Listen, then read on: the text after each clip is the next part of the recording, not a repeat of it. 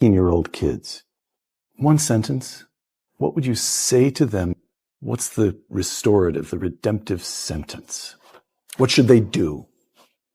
Don't be thinking your ambition is corrupt.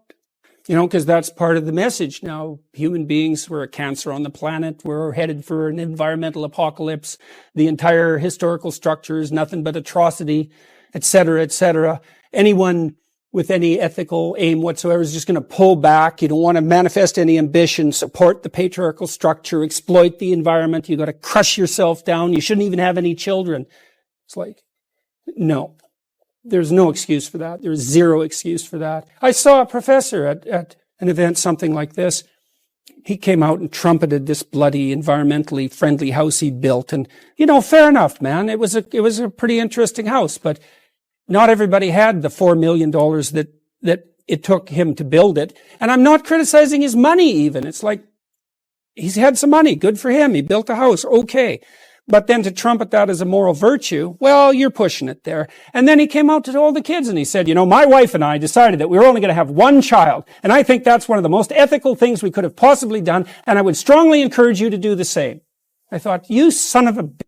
You get up in front of these young people. A lot of these kids were children of first-generation immigrants from China. And he showed all these images, of these terrible factories in China, these endless rows of sterile mechanism that were subordinating all the Chinese people to this terrible, capitalist machine. And I thought, you don't understand. Half the audience is looking at those factories and thinking, that's a hell of a lot better than struggling through the mud under Mao, buddy.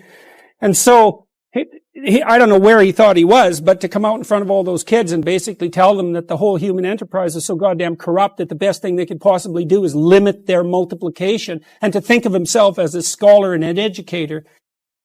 I did say something, by the way.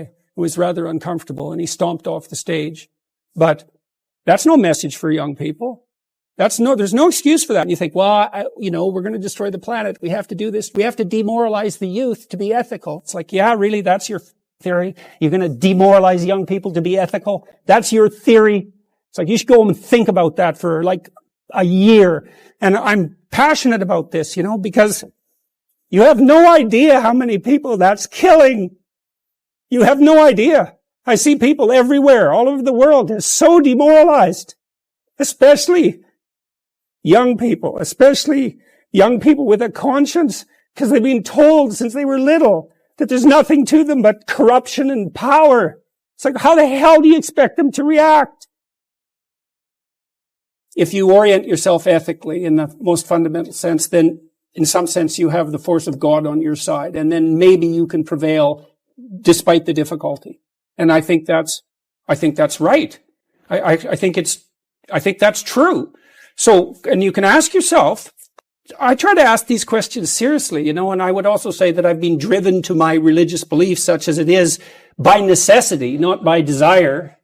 What do you want to have on your side when you're contending with the unknowable future and its vagaries? How about truth? How about beauty? How about justice? You want allies? Those are powerful allies. People have to act as ethically as they are powerful.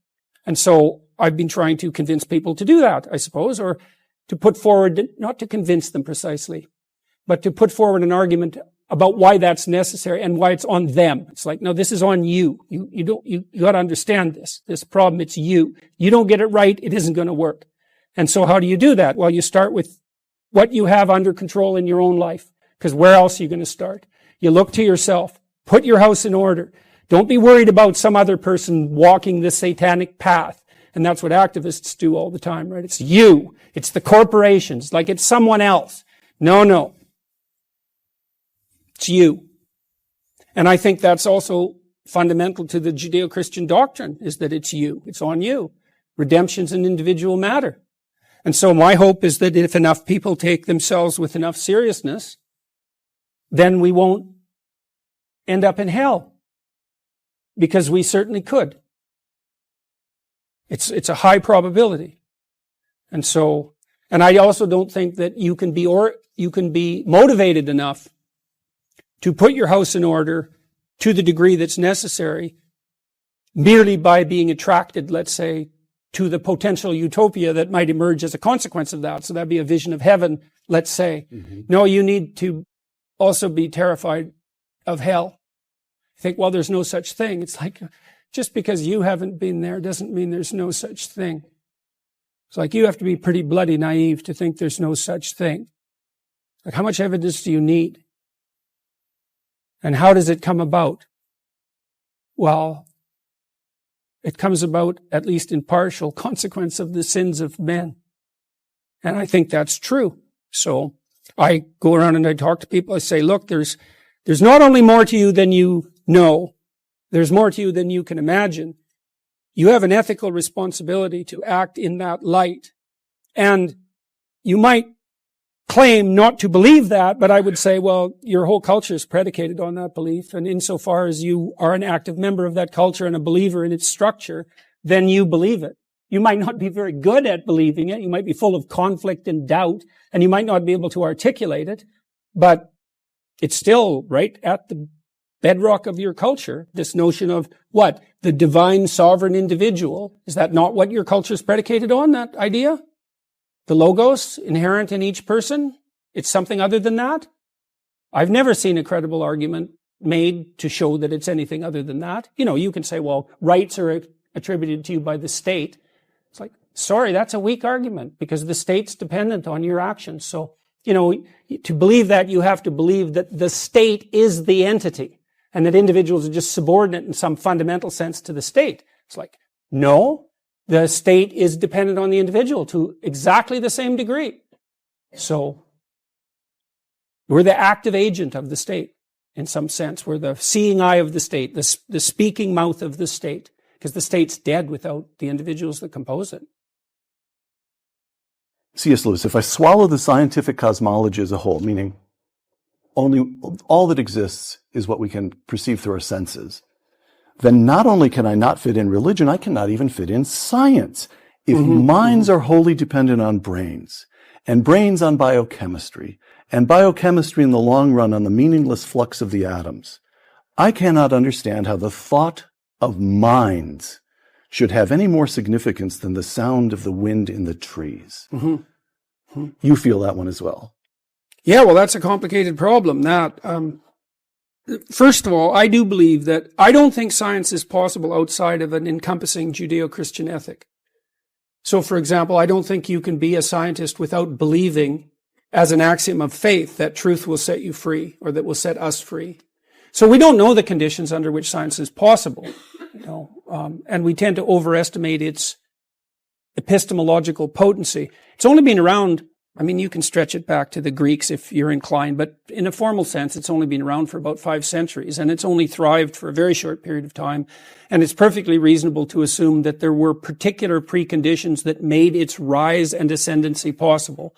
It is a historical phenomenon. Yes. It happened at a specific moment in time. Right, and at least in principle for particular reasons. Yeah, and I think one of the conditions, well, there's a bunch of them. One is, for example, there's an intense insistence in the Christian tradition that the mind of God in some sense is knowable. Yes. So we could say, well, the structure of the cosmos, and you have to believe that that's the case before you're going to embark on a scientific endeavor. You have to believe that there's some relationship between logos, logic, let's say, but logos is a much broader concept than logic, that's for sure. You have to believe that there's some relationship between that and the structure of the cosmos. You have to believe that the pursuit of truth is in itself an ethical good, because why would you otherwise bother? You have to believe that there is such a thing as an ethical good. And those are not scientific questions, which is why I think the arguments of people like Hitchens are weak. It's like, yeah, Hitchens, Dawkins, people like that, they have a metaphysic, which they don't know. And they assume that metaphysic is self-evident. It's like, well, sorry guys, it's actually not self-evident. And they assume that it can be derived from the observations of empirical reality. And the answer to that is no, there's going to be axioms of your perceptual system that aren't derivable from the contents of your perceptual system. And you might think, well, that's not very scientific. And I would say, well, take it up with Roger Penrose and see what he thinks. Because I just talked to him for like 3 hours partly about this topic, about, say, the role of consciousness and the structure of consciousness. And it's by no means obvious that the materialist reductionists have the correct theory about the nature of consciousness. And not surprisingly, it's like we don't understand the relationship between consciousness and being at all. Modern people think the fundamental issue is, do you believe in God? But that's not the fundamental issue. The fundamental issue is, what do you mean by God? And so let me give you an example of this that will make it clearer. So there's a medieval idea that God is the summum bonum, which means the sum of all that's good, or the essence of all that's good. Okay, you might say, well, I don't believe in that. Now remember, this is a definition of God, right? God is the sum of all that's good. Okay, all right, so you don't believe in that. All right, let's take that apart. Do you believe that some things are better than other things? Well, people will say yes. Okay, so then you believe that there is a scale of good. Okay, is there something that all things that are good share in common? And the answer to that has to be yes, because otherwise you don't have a conception of good, right? The word good implies that across good things, there's some essence. Okay, well, the definition, one medieval definition of God is the essence of good. Well, okay, let's say you don't believe in that. Okay, does that mean you don't believe in anything that's good? Okay, then how do you act then? Because to act means to do something that's better than what you're doing now, right? There's no action without movement towards the good. And well, you might say, well, I don't believe that there's a unitary good.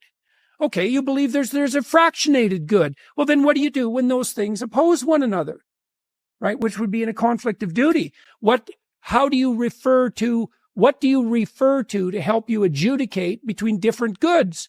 Well, generally what you do is, if you could pursue A, which is good, or B, which is good, and they conflict, then you pick the higher good. Okay, do you believe in a higher good? Well, if you don't, you can't decide between goods, which means you're paralyzed. If you do believe in the higher good, then do you believe in the highest good? Well, the highest good is God. What do you mean by that? By definition. Okay, so now you have a definition. Now, then the next question might be, well, what's your relationship with the highest good? And you might say, well, I don't have a relationship. It's like, well, actually you do, because you act in relationship to it. You can't help it. One of the interesting things about the biblical corpus is that it's based on the insistence that you have a relationship with being and becoming, a relationship, like a personal relationship. The biblical narrative of paradise and the fall provides a profound account of the nature of being and points the way to a mode of conceptualization and action well matched to that nature.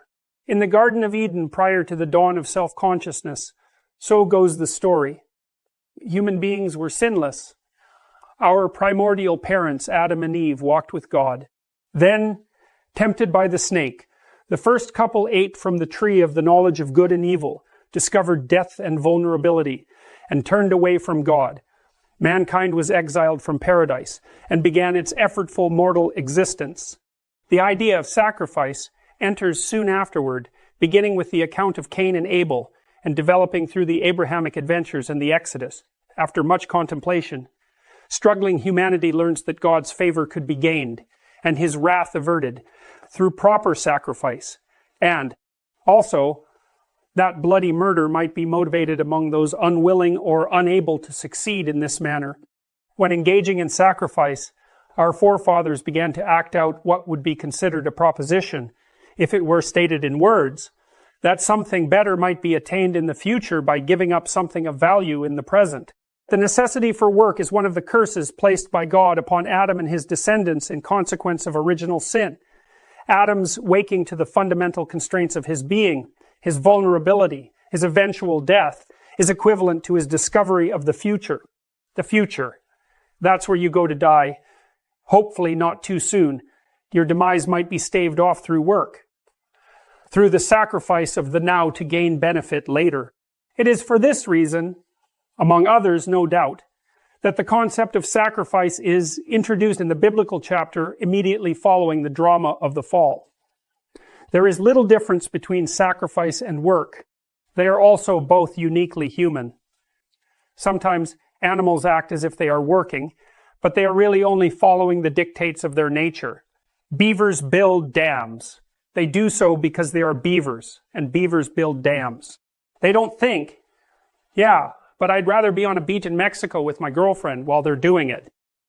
Prosaically, such sacrifice, work, is delay of gratification, but that's a very mundane phrase to describe something of such profound significance. The discovery that gratification could be delayed was simultaneously the discovery of time and, with it, causality, at least the causal force of voluntary human action. Long ago, in the dim mists of time, we began to realize that reality was structured as if it could be bargained with. We learned that behaving properly now, in the present, regulating our impulses, considering the plight of others, could bring rewards in the future, in a time and place that did not yet exist. We began to inhibit, control, and organize our immediate impulses so that we could stop interfering with other people and our future selves. Doing so was indistinguishable from organizing society. The discovery of the causal relationship between our efforts today and the quality of tomorrow motivated the social contract, the organization that enables today's work to be stored, reliably, mostly in the form of promises from others. Understanding is often acted out before it can be articulated, just as a child acts out what it means to be mother or father before being able to give a spoken account of what those roles mean. The act of making a ritual sacrifice to God was an early and sophisticated enactment of the idea of the usefulness of delay. There is a long conceptual journey between merely feasting hungrily and learning to set aside some extra meat, smoked by the fire, for the end of the day, or for someone who isn't present. It takes a long time to learn to keep anything later for yourself, or to share it with someone else. And those are very much the same thing as, in the former case, you are sharing with your future self. It is much easier and far more likely to selfishly and immediately wolf down everything in sight. There are similar long journeys between every leap in sophistication with regard to delay and its conceptualization. Short-term sharing, storing away for the future, representation of that storage in the form of records, and later in the form of currency, and ultimately the saving of money in a bank or other social institution. Some conceptualizations had to serve as intermediaries, or the full range of our practices and ideas surrounding sacrifice and work, and their representation could have never emerged. Our ancestors acted out a drama, a fiction. They personified the force that governs fate as a spirit that can be bargained with, traded with, as if it were another human being. And the amazing thing is that it worked. This was in part because the future is largely composed of other human beings, often precisely those who have watched and evaluated and appraised the tiniest details of your past behavior. It's not very far from that to God, sitting above on high, tracking your every move and writing it down for further reference in a big book. Here's a productive symbolic idea. The future is a judgmental father. That's a good start. But two additional archetypal foundational questions arose because of the discovery of sacrifice, of work. Both have to do with the ultimate extension of the logic of work, which is sacrifice now to gain later. First question. What must be sacrificed? Small sacrifices may be sufficient to solve small, singular problems. But it is possible that larger, more comprehensive sacrifices might solve an array of large and complex problems all at the same time. That's harder, but it might be better. Adapting to the necessary discipline of medical school will, for example, fatally interfere with the licentious lifestyle of a hardcore undergraduate party animal. Giving that up is a sacrifice. But a physician can, to paraphrase George W., really put food on his family. That's a lot of trouble dispensed with over a very long period of time. So sacrifices are necessary to improve the future, and larger sacrifices can be better. Second question, set of related questions really. We've already established the basic principle, sacrifice will improve the future. But a principle, once established, has to be fleshed out. Its full extension or significance has to be understood. What is implied by the idea that sacrifice will improve the future, in the most extreme and final of cases? Where does that basic principle find its limits? We must ask, to begin, what would be the largest, most effective, most pleasing of all possible sacrifices? And then how good might the best possible future be if the most effective sacrifice could be made?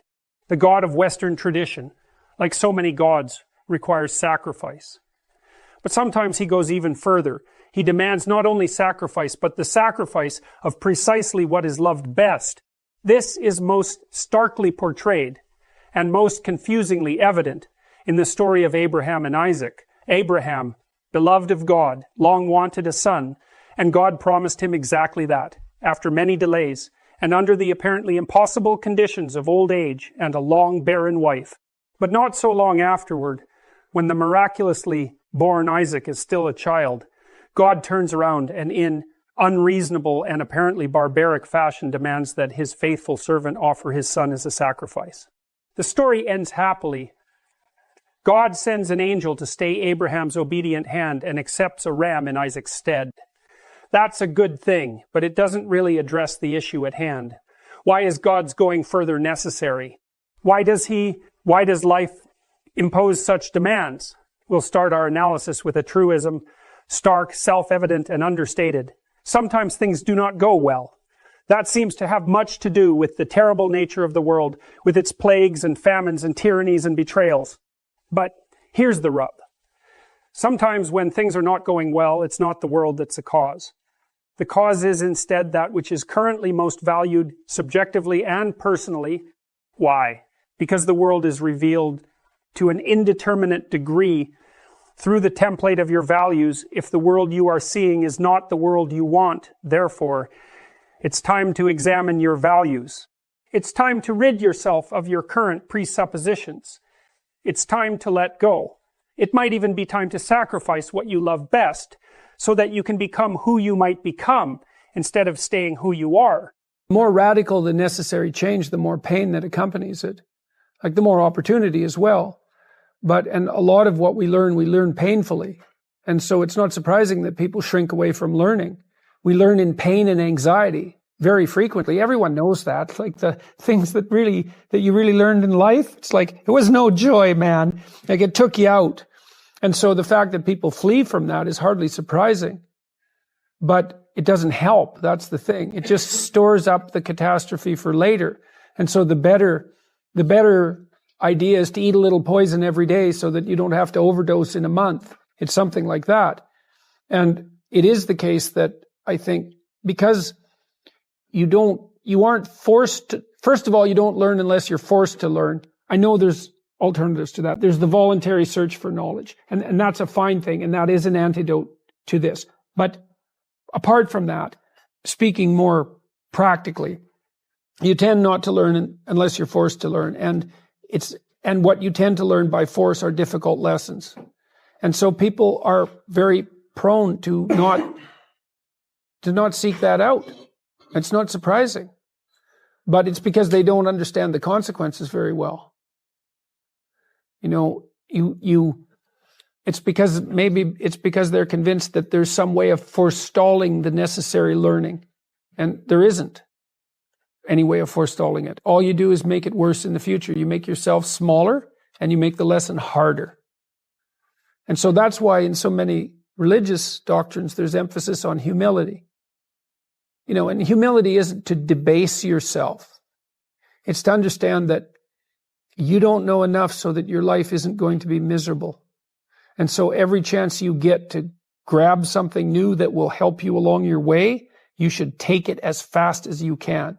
But you have to have a very tragic, I would say, view of reality, and also a harsh one, because it's not just tragedy, it's also malevolence. You have to understand that those are waiting for you. And that makes you desperate enough to learn. And that might make you desperate enough to fall out of your ideology. But that's a hard way of looking at the world. It beats living through it, though. Aim up. Pay attention. Fix what you can fix. Don't be arrogant in your knowledge. Strive for humility, because totalitarian pride manifests itself in intolerance, oppression, torture, and death. Become aware of your own insufficiency, your cowardice, malevolence, resentment, and hatred. Consider the murderousness of your own spirit before you dare accuse others, and before you attempt to repair the fabric of the world. Maybe it's not the world that's at fault. Maybe it's you. You've failed to make the mark. You've missed the target. You've fallen short of the glory of God. You've sinned. And all of that is your contribution to the insufficiency and evil of the world. And above all, don't lie. Don't lie about anything ever. Lying leads to hell. It was the great and the small lies of the Nazi and communist states that produced the deaths of millions of people. Consider then that the alleviation of unnecessary pain and suffering is a good. Make that an axiom. To the best of my ability, I will act in a manner that leads to the alleviation of unnecessary pain and suffering. You have now placed at the pinnacle of your moral hierarchy a set of presuppositions and actions aimed at the betterment of being. Why? Because we know the alternative. The alternative was the 20th century. The alternative was so close to hell that the difference is not worth discussing. And the opposite of hell is heaven. To place the alleviation of unnecessary pain and suffering at the pinnacle of your hierarchy of value is to work to bring about the kingdom of God on earth. That's a state, and a state of mind at the same time. Don't have one plan, right? If you're going to stake yourself on something, you should throw a couple of alternative scaffolds up beside you so that you have somewhere to go. You want to be a doctor. Okay. Well, you could be a nurse. It's like it's not a doctor, but it beats cutting your throat. You're still doing 80% of what you wanted to do. So you want to think about this during your whole life, man. If you're going to take a high risk, you want to scaffold yourself in other areas so that if it fails, bottom doesn't drop out and you die. And it's also very much worth thinking about with regards to setting up your life in general. It's like, if you concentrate solely on your career, you can get a long way in your career. And I would say that that's a strategy that a minority of men preferentially do. That's all they do. They work like 70, 80 hours a week. They go flat out on their career. They're staking everything on the small probability of exceptional status in a narrow domain. But it's hard on them. They don't have a life. It's very difficult for them to have a family. They don't know how to take any leisure activity. Like, they get very one-dimensional. Now, it may be that unidimensionality is the price you have to pay to be exceptional at one thing, right? Because if you're going to be something like a genius level mathematician or a scientist, say, it's like you're in your lab all the time, you're working 70 hours a week or 80 hours a week, you're smart, you're dedicated, you're unidimensional, and that's how you get to beat all the other people who are doing that. It's the only way. But the problem is you don't get a life. Now, if you love being a scientist and you have that kind of focus of mind, well, first of all, you're a rare person, and second, you're going to pay for it. But fine, more power to you. But it's a risky business to do that. You sacrifice a lot for it. And I would say most often, if you're speaking about having a healthy life, that isn't what you do. You spread yourself out more. So, you have a family, you have some things that you do outside of work that are meaningful to you and useful. You have a network of friends. Well, those 4 things alone are plenty to keep you well oriented. And then if one of those things collapses, everything doesn't go. Now, the price you pay for that is the more you strive to optimize that balance, the less likely you are to be fantastically successful at any single one of them. But you might have a very, if you consider your life as a whole, that might be a winning strategy. One of the things Carl Jung said, I really liked this. He thought that men went after perfection and women went after wholeness. So perfection would be stake it all on one thing and look for radical success. Not that all men do that, because they don't, but we're talking about extremes, at least with regards to the men that do that. The wholeness idea is more like, well, I want one thing in my life to be 150%, or I want 5 things in my life to be 80%. Well, there's a lot more richness in a life where you have 5 things operating at 80%, but you're not operating at any of them at 150%. And I really believe this because I've watched men and women go through their careers now for a long period of time. But one of the things that I've noticed is that mostly women in their 30s bail out of unidimensional careers. They won't do them. They won't put in the 80 hours a week that they would have to put in order to dominate that particular area. And it isn't, the reason that they won't do it is because they decide it's not worth it. And no wonder, because why would that be worth it? You have to ask yourself that. It's like, well, you want to be an outstanding scientist. It's like, okay, really, that's what you want. Because that means that's what you do. Because you're competing with other people. You know, they're smart, they're hardworking. And if you want to be at the top, you have to be smarter and work harder than any of them. And working hard means working long hours. I mean, it also means working diligently. But in the final analysis, it's also an additive issue. If I'm smart and hardworking and I can crank out for 70 hours a week and you do it for 30, it's like in 2 years, I'm so far ahead of you, you will never, ever catch up. And I think partly, maybe part of the reason too that women are oriented that way more than men, I think there's two reasons. One is socioeconomic status does not make women more attractive on the mating market, but it does make men more attractive. And the second is women's time frame is compressed, right? Because guys can always say, well, I'll have kids later. And they can say that till they're like 80. Whereas women, it's like, no way, man, you gotta get it together by the time you're, let's say 40, but really probably by 35, but definitely by 40. Because otherwise it ain't happening. And that's bloody dreadful. There's a sacrificial element in maturation, right? You have to sacrifice the pluripotentiality of childhood for the actuality of a frame. And the question is, well, why would you do that? Well, one reason is it happens to you whether you do it or not. You can either choose your damn limitation, or you can let it take you unaware when you're 30. Or even worse, when you're 40. And then that is not a happy day. I see people like this, and I think it's more and more common in our culture because people can put off maturity without suffering an immediate penalty. But all that happens is the penalty accrues. And then when it finally hits, it just wallops you. Because when you're 25, you can be an idiot. It's no problem.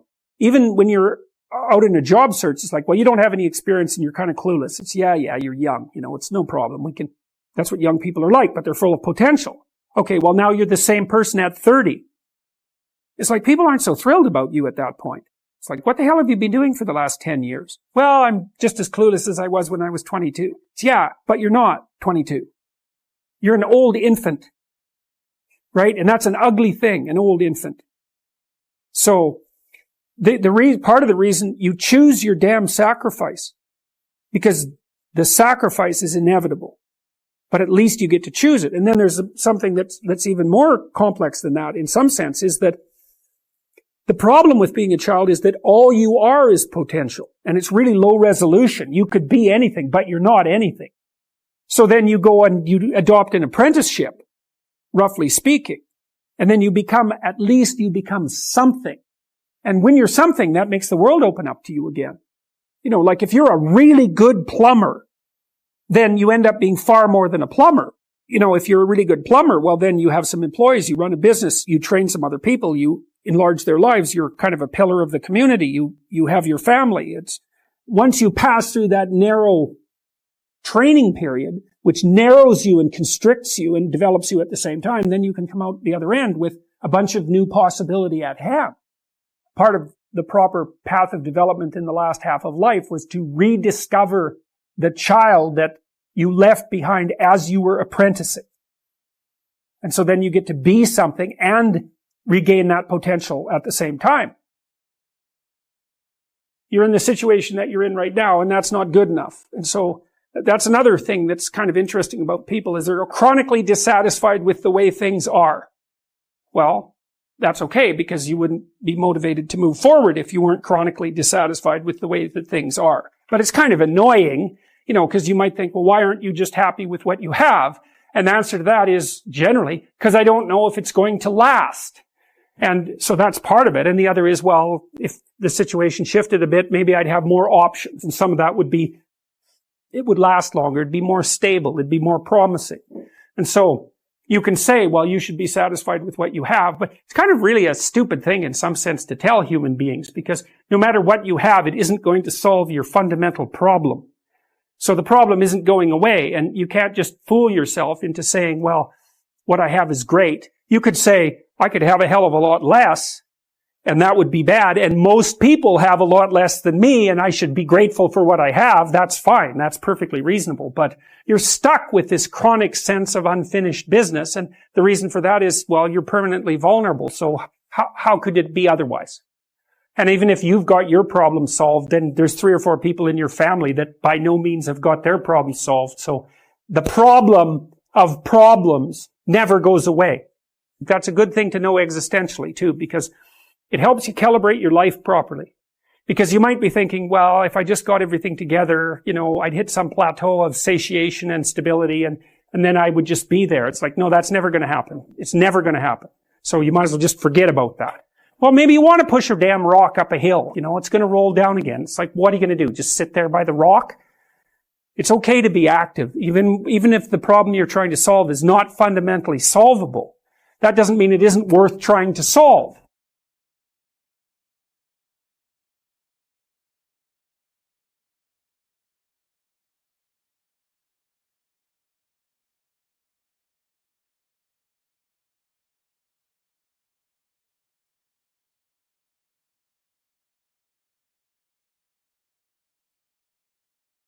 It doesn't matter what your personal circumstances are. There's always something that isn't right near you, isn't correct, isn't laid out properly, that you could just fix if you wanted to. There's no shortage of opportunities to do that. You can do that in your own mind. You can do that in your own room. You can do that in your own household, in your local community. And maybe if you get good at doing it at all those levels, then you can start to look beyond that. If you adopt an attitude that the role that you should play is to make things better wherever you are, however you can, that what would actually happen would be that things would get better wherever you are. The world shifts itself around your aim. Because you're a creature that has an aim. You have to have an aim in order to do something. You're an aiming creature. You look at a point and you move towards it. It's built right into you. So that sets up the world around you. It organizes all of your perceptions. It organizes what you see and you don't see. It organizes your emotions and your motivations. So you organize yourself around that aim. And then what happens is the day manifests itself as a set of challenges and problems. And if you solve them properly, then you stay on the pathway towards that aim. And you can concentrate on the day. And so that way you get to have your cake and eat it too, because you can point into the distance, the far distance, and you can live in the day. And it seems to me that makes every moment of the day supercharged with meaning, because if everything that you're doing every day is related to the highest possible aim that you can conceptualize, well, that's the very definition of the meaning that would sustain you in your life. An uphill trajectory is actually even better than being somewhere good as far as I'm concerned, because one of the things that really makes your life meaningful is the clear realization that you're headed somewhere better than you are now. And then it's even better if you also understand that there's a direct causal relationship between the things that you're doing and the steepness of that incline. There's 2 modes of being in the world, right? There's one where you adopt the responsibility for living properly, for being properly, and you make the sacrifices necessary for doing that, and then everything will flourish properly. And the other one is a pathway of resentment and bitterness and rejection and genocide. If you make your life 0.1% better a week, man, in 2 or 3 years, you're in such a better place than you were that it isn't even like the same domain. And if you keep that up for 10 years or 20 years, especially if you're young and you start early, you start to straighten yourself out and fix the things that you can fix. You can transform your lives in ways that are completely unimaginable. And God only knows what the upper limit of that is in terms of human possibility. What you're actually made of, what you're made of is what you encounter when you voluntarily encounter the unknown. And so the more you voluntarily encounter the unknown, the more you get made of. And the more you get made of, the more there is to you. And then the more you're good at encountering the unknown and restructuring order and calling forth proper order out of the potential of being. And God, you got to think, why wouldn't you do that since you can do that? The fact that you're fragile is actually a precondition for your heroism, because if you weren't fragile, then there'd be nothing heroic about doing something difficult, right? Because if you couldn't be hurt or damaged or defeated or end up in failure, then where's the moral courage in the endeavor? It has to be that the fragility is built into the courage. People denigrate the opportunities that are right in front of them. And there's no reason to do that, because what's right in front of you is the majesty of being. That's what's right in front of you. It's inexhaustibly complex and full of potential. And there's no reason to assume that wherever you happen to be isn't as good a starting place as anywhere else. Well, I know some people have terrible, terrible lives. They're in situations that are absolutely unbearable. But I also do know that even situations like that can be made a hell of a lot worse by the worst kind of attitude. That's for sure. What I learned to do, I think, was to stop saying things that made me weak. I mean, I'm still trying to do that, because I'm always feeling when I talk whether or not the words that I'm saying are either making me align or making me come apart. I think alignment is the right way of conceptualizing it, because I think if you say things that are as true as you can say them, let's say, then they come out of the depths inside of you. Because we don't know where thoughts come from. We don't know how far down into your substructure the thoughts emerge. We don't know what processes of physiological alignment are necessary for you to speak from the core of your being. We don't understand any of that. We don't even conceptualize that, but I believe that you can feel that. I decided that I would start practicing not saying things that would make me weak. And what happened was that I had to stop saying almost everything that I was saying. I would say 95% of it. It's a hell of a shock to wake up and realize that, and you might think, well, do you really want all of that to burn off? It's like, well, there's nothing left but a little husk, 5% of you. It's like, well, if that 5% is solid, then maybe that's exactly what you want to have happen. The issue is there are times in your life where you know that the thing that you're saying is not true. It's a deception. It's a lie of some sort, and you're using it to manipulate yourself or another person or the world. And you're also fully possessed of the idea that you can get away with it. Where are you once you destroy your own ideal? What's left for you? There's nowhere to go. There's no up. And when there's no up, there's a lot of down. If you destroy your own ideal, which you do with jealousy and resentment and the desire to pull down people who you would like to be, let's say, then you end up in a situation that's indistinguishable from hell. Your moral degeneration contributes in no small way to the degeneration of the entire cosmos. Stop cheating at whatever game it is that you've chosen to play. That's a good start, and that'll straighten out your life. Just exactly what are your motives? If you're not doing something important with your life, maybe you're prone to cause trouble just because you don't have anything better to do. Because at least trouble is more interesting than boring. And so if you're not doing something, if you're not pushing yourself to the limits of your capacity, then you have plenty of leftover willpower, energy, and resources to devote to causing interesting trouble.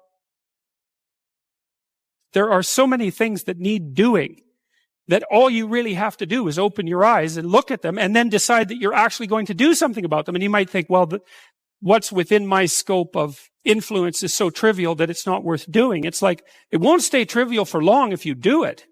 Not at all. And I don't think it's trivial to begin with. I really don't believe that anything done right is trivial. And my experience in my life has been that anything I actually did paid off. It didn't pay off necessarily in the way that I expected it to pay off. That's a whole different story. But if it was genuine commitment to do something, even if it went sideways and the outcome was really something other than what I expected, the net consequence over time was nothing but good. So every new frontier that can be conquered is an advance forward, and there's no shortage of frontier because we're surrounded by the unknown. We're surrounded by our own ignorance, and that's the secret to proper being. If you're interested in life, if you're interested in proper being, and you're disinclined to produce any more suffering than necessary, then you want to know how to conduct yourself when the catastrophe comes so that you have a reasonable possibility of moving through it. If you dare to do the most difficult thing that you can conceptualize, your life will work out better than it will if you do anything else. Well, how are you going to find out if that's true? Well, it's a Kierkegaardian leap of faith. There's no way you're going to find out whether or not that's true unless you do it. So no one can tell you either. You have to be all in this game.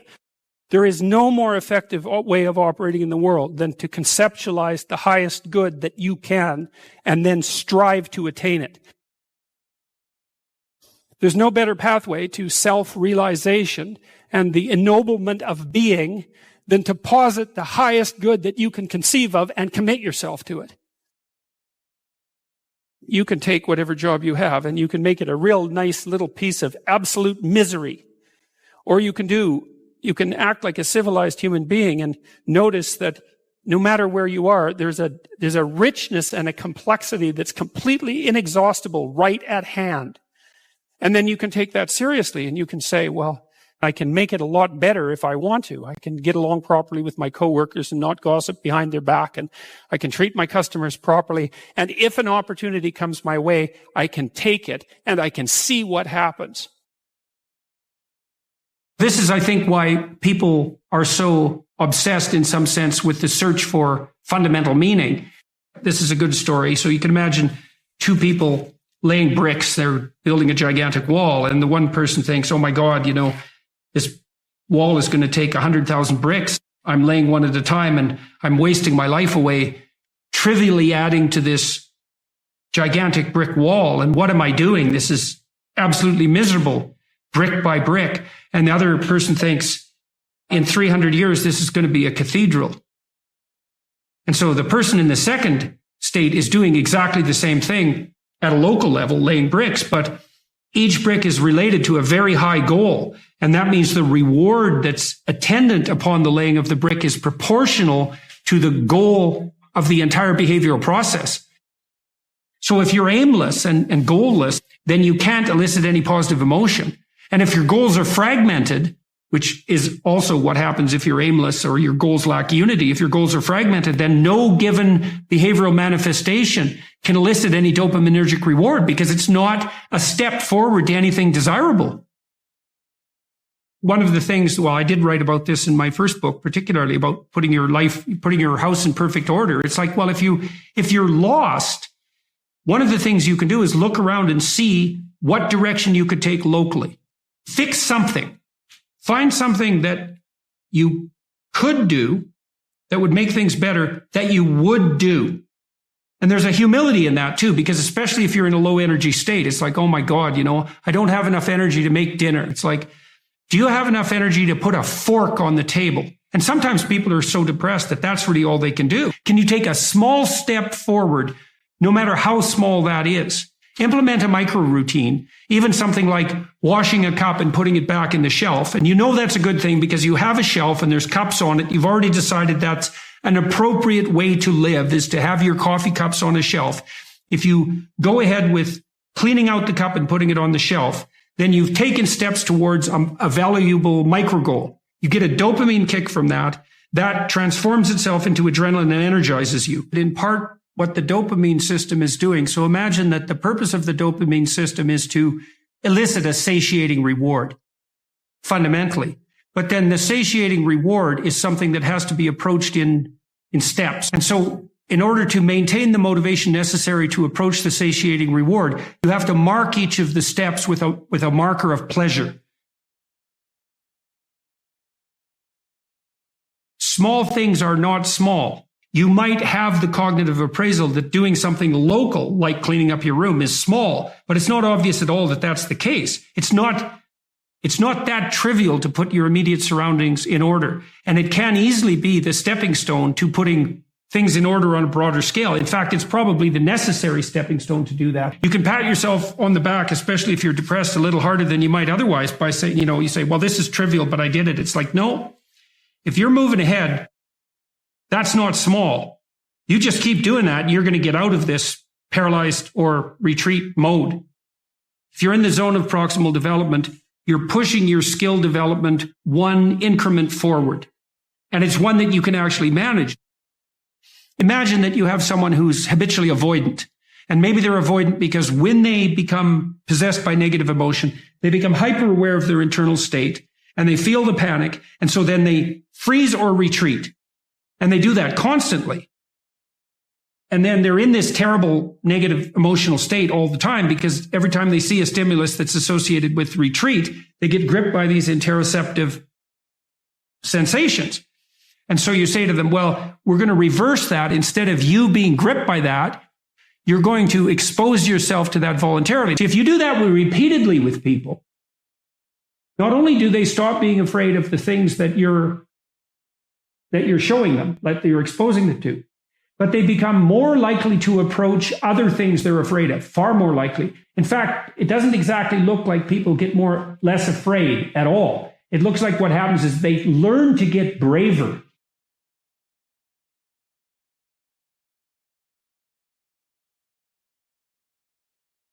One of the cognitive phenomena that loads very heavily on neuroticism is self-consciousness. And so when you fall into anxiety, then there is this internal obsessiveness, which has to do with the panoply of sins in some sense. Which parts of me are malfunctioning and need to be eradicated? And one of the things I used to do with my socially anxious clients, so they would go into a social situation, often with eyes downcast, by the way, and they would be so intensely concentrating on their own internal sensations that they would fail to make eye contact with anybody they were talking to. And then they would be awkward because they weren't reading the cues they could have read if they would have only looked. And then the conversation would become disjointed. And then they would get anxious and fall into themselves. And so one of the things that I taught them to do wasn't to try to calm themselves down, but to try to calm the other person down. So when you go into a social situation, pay more attention to the other person. Like just focus your attention outward. And if the person had any social skill, sometimes I had clients who had no social skills. And so they were anxious socially because they actually didn't know how to behave socially. So then you had to teach them the social skills. But some of them had the skills but wouldn't activate them because they were so neurotically obsessed with their own inadequacy that they failed to attend to the cues that would elicit the proper responses. And all they had to learn to do was watch. And then they would automatically respond because they knew how to have a conversation.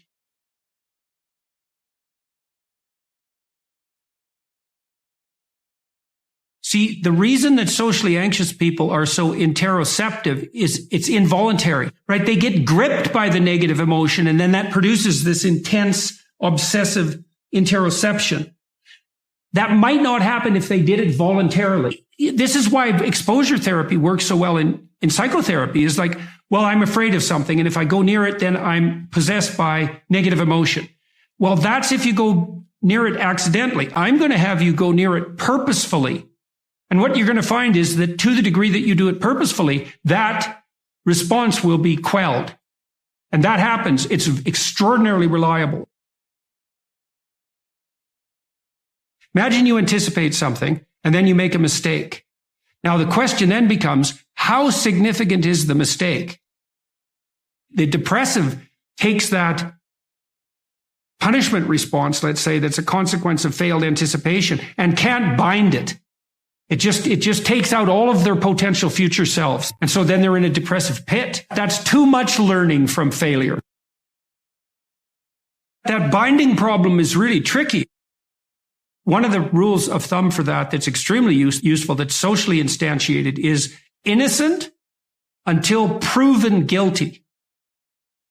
So you might say when those thoughts come up, because they're adversarial and accusatory thoughts, you might say, well, that is part of the realm of possibility. But when your child does something wrong that's minor, you don't say you're a rotten kid. You bind it. You say, look, kid, here's a bunch of things you're doing right. But in this particular example, specific situation, here's the minimal thing you did incorrectly and how to alter it. And it's a really good habit of mind to address towards yourself as well as to other people, which is to say, well, what's the minimum crime that I'm responsible for in this moment?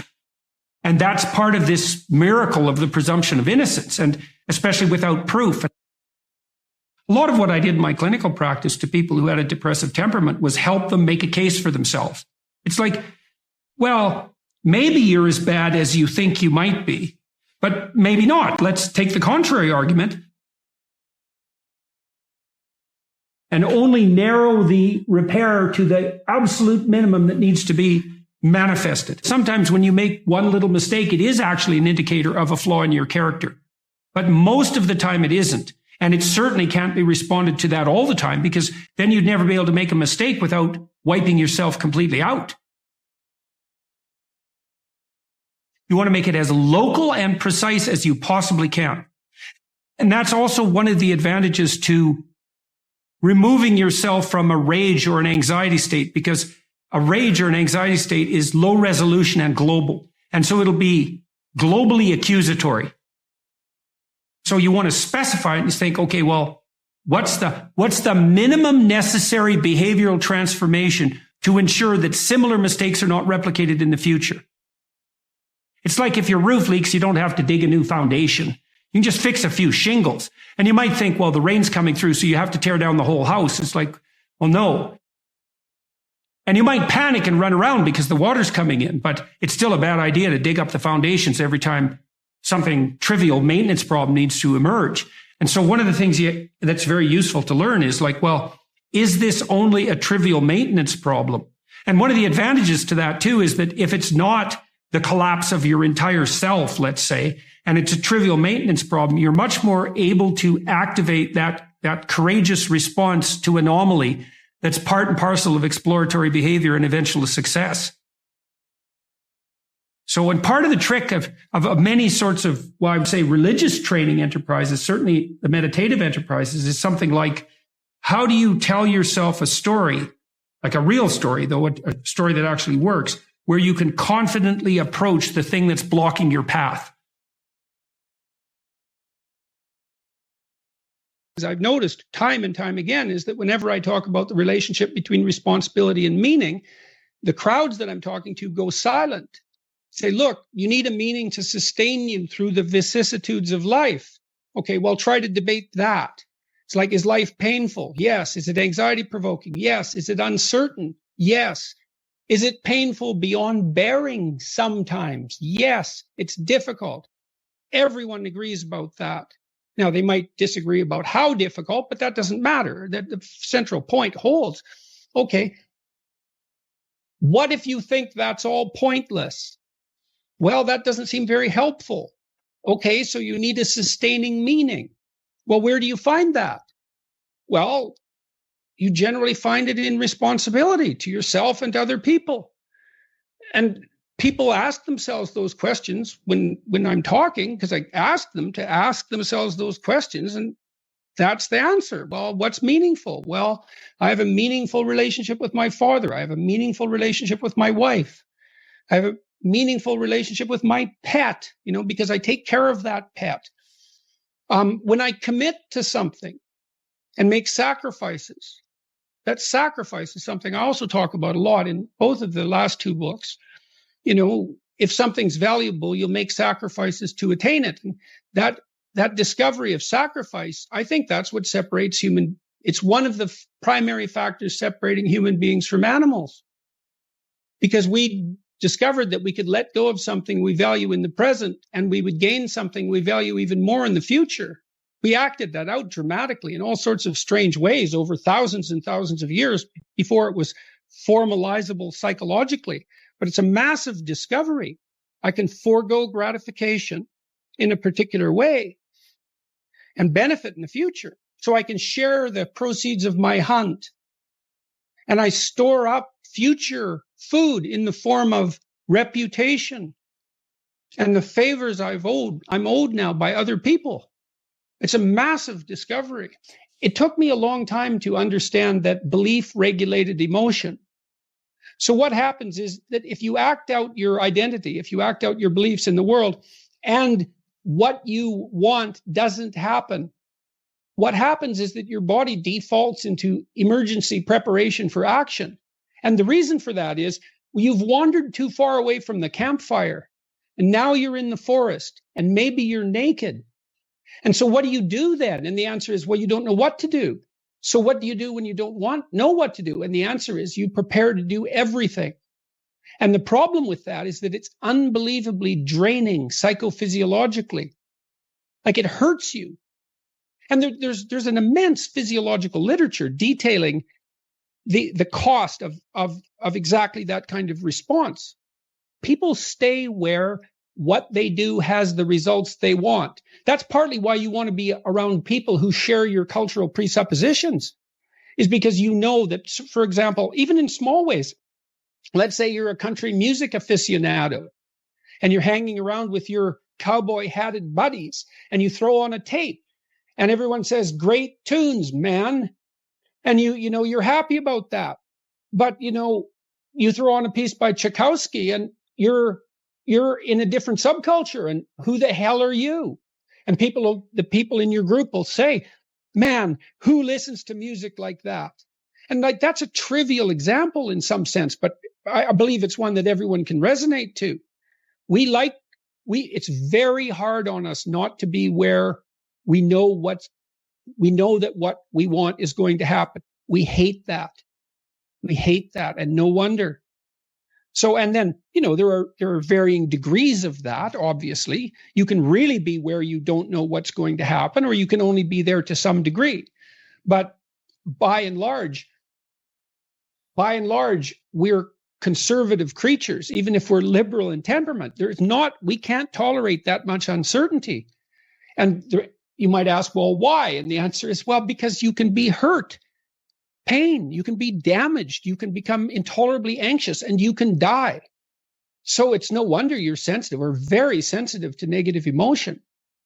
And so our identities, functional identity regulates your emotion, but you do that in concert with other people. In the first chapter of the new book, Beyond Order, the rule is don't casually denigrate social institutions or creative achievement. That's that balance again. I make the case that most of your sanity is socially distributed. And what I mean by that is, well, let's say that you know how to behave. You're well socialized. You can play with others. Now, I said already in this conversation, if you didn't learn to play with others between the time you were 2 and 4, you will never learn. And psychologists have beat their heads against the wall trying to rehabilitate antisocial children. They can't do it after the age of 4. Well, it seems to be partly because the kids fall farther and farther behind.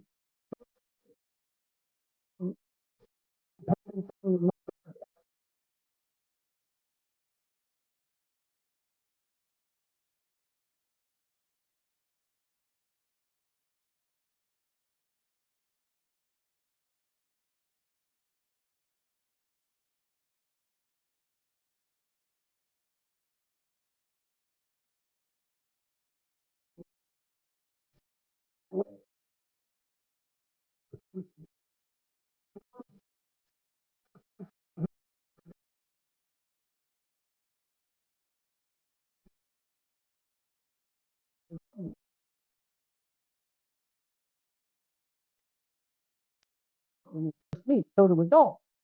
Ding, ding, ding, ding. Can you play? Can you play the same level as me?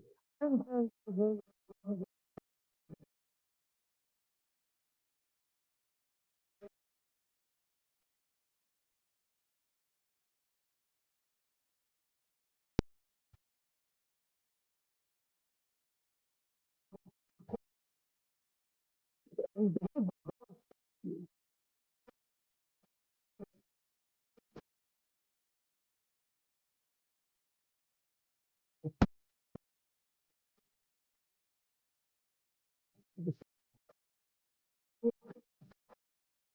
Do not allow yourself to become arrogant, deceitful, or resentful. I might have the order wrong there, but that's the chapter. Yeah, it opens with a discussion of why you would get resentful. It's like, well, culture's arrayed against you, so you're the target of tyrannical forces that are beyond your control. They're arbitrary. They don't work in your interest, at least not entirely. And the more eccentric you are, let's say, the more tyrannical culture will be to you. And so you're stuck with that. And then nature conspires to destroy you constantly and is going to do that with pain and anxiety and aging. And then there's the uncontrollability and darkness of your own psyche. And everyone faces those. Now, we face the positive elements of those too, the beneficence of culture, the beauty of nature, the glory of the human spirit. That's there as well. You have reasons to be deceitful, resentful, and arrogant, but it's not a good game unless you want to produce hell. You know, I took the idea that we were supposed to learn something from the horrors of the Second World War seriously. Never forget. Okay, you can't remember what you don't understand. So what are we supposed to remember? What are we remembering? The fact that all these people were murdered? No, we're supposed to remember that that was a revelation of the genocidal nature of the human psyche. That's partly why I'm so impressed, let's say, with the story of Cain and Abel. I dealt with that in my biblical lecture series and in my writings. You know, the first two human beings, according to the book upon which our culture is predicated for better or worse, the first two human beings, brothers, the adversary and the hero, the archetypal adversary and the hero, put right at the beginning of that amazing book. It's the beginning of history. Cain's sacrifices are rejected by God. Okay, well, how do we understand that? That's easy. Once you know the key, you make sacrifices to make the future better. Well, what if that doesn't pay off?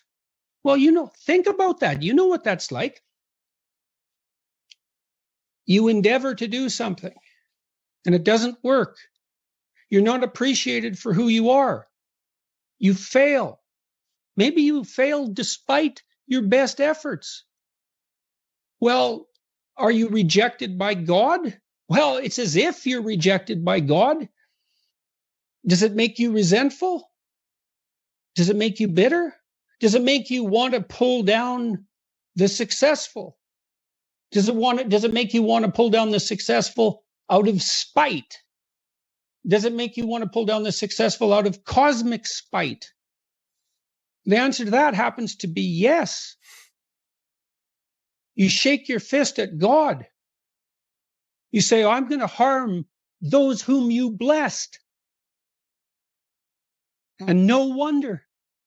It's no wonder. You know, it's harsh that the rewards of life are indiscriminately distributed. It's hard on everyone. But it doesn't help. It doesn't help to become bitter. And it's not like I don't understand the temptation. I mean, I think part of the reason I get away with being so bloody preachy is because I'm talking to myself. You know, it's not like I don't put myself in the boat of the damned and lost. We have to strive not to be wretched. There's something that doesn't seem fair about that. Why couldn't we just be happy being who and what we are? Why is it that we're punished if we don't strive? Well, I don't know. We're negentropic organisms, right? I mean, we have to maintain this incredible complexity in the face of a dissipating universe. It requires effort. It's the second law of thermodynamics, I believe. That's why we have to strive. Well, why is the world constituted that way? I guess it's an infantile paradisal wish in some regard. Couldn't we just be rewarded for who we are? I can understand that. But I don't think that it works. I don't think that's how things function like that. And I don't think probably in the final analysis we really want them to. I don't know if anyone enjoys undeserved reward. You know, it feels kind of creepy, doesn't it, to be rewarded for something you didn't do? The positive emotion that we find sustaining is experienced in relationship to an unachieved goal. It's hope that drives us forward. We want something, and if we see ourselves moving towards that, then we're in the grip of the positive emotion that we find sustaining. It isn't the attainment. Attainment is satiating. Attainment shuts down the system that has been striving for that particular object of attainment. If you're hungry and you eat, you stop being hungry. Now, that's good because the hunger is gone, but that whole frame disappears. You can no longer strive within that frame. and you need a new frame to strive towards. And so technically, and this is well established as far as I'm concerned, we even know the drugs that people abuse, cocaine, let's say amphetamines, the ones that are potent sources of positive emotion, activate the system that regulates our emotional response to evidence that we're moving towards a desired goal. So cocaine, for example, is an exhilarating drug. It makes you feel that things are worthwhile because it hijacks the system that does indicate that things are worthwhile. So this is deeply, this striving aspect is deeply rooted in our biology for obvious reasons. Pick something, aim at it. As you move toward it, you'll get wiser. Then maybe your aim will change. That's okay. But at least it'll change in an informed way. It's like discipline yourself in one dimension. See what happens. The best we have might not always work, but it's still the best we have. And the fact that it might not work doesn't mean we should throw it away.